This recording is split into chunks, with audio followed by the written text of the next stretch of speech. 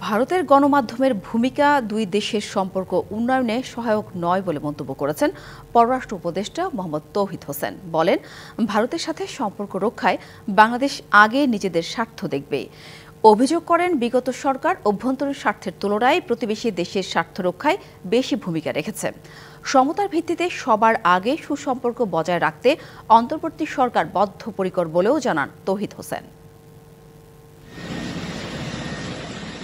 রাজনৈতিক পট পরিবর্তনের পর সাবেক প্রধানমন্ত্রী শেখ হাসিনার ভারত চলে যাওয়া, সেখানে আশ্রয় নেওয়া কিংবা ভারতীয় গণমাধ্যমের নানান উস্কানিমূলক সংবাদ প্রচার, সব মিলিয়েই দুই দেশের সম্পর্কের মধ্যে চলছে চরম টানাপোড়েন।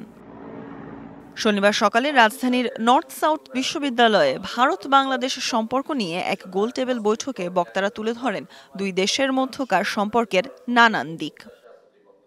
বৈঠকে পররাষ্ট্র উপদেষ্টা বলেন, বিগত আওয়ামী লীগ সরকার ভারতের অমীমাংসিত ইস্যুর সমাধান করলেও নিজ দেশেরগুলোকে প্রাধান্য দেয়নি। তবে বর্তমান সরকার অভ্যন্তরীণ ও আন্তর্জাতিক পর্যায়ে নিজেদের সক্ষমতা বাড়াতে চায়। All time Roma. Taste it, love it.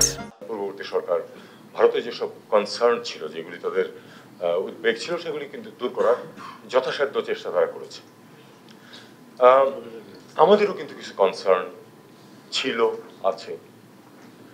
যদি একই সাথে আমাদের কনসার্নগুলো মিট করা হতো ঠিক মতো, তাহলে কিন্তু দ্বিপাক্ষিক সম্পর্ক নিয়ে এই যে এক ধরনের একটা দোলাচল, সেটা কিন্তু থাকতো না।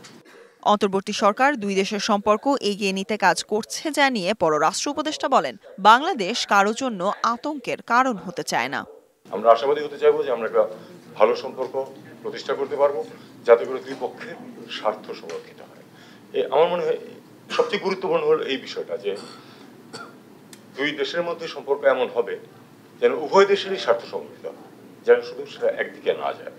ভারতের গণমাধ্যম বাংলাদেশ বিষয়ে যে অবস্থান নিয়েছে তা দুই দেশের সম্পর্কে নেতিবাচক প্রভাব ফেলছে বলেও মত তার। দেশের গণমাধ্যমের প্রতি আহ্বান জানান মিথ্যাচার তুলে ধরতে।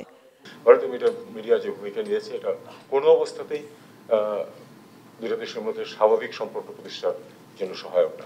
Sultana Swarna, DBC news, Dhaka.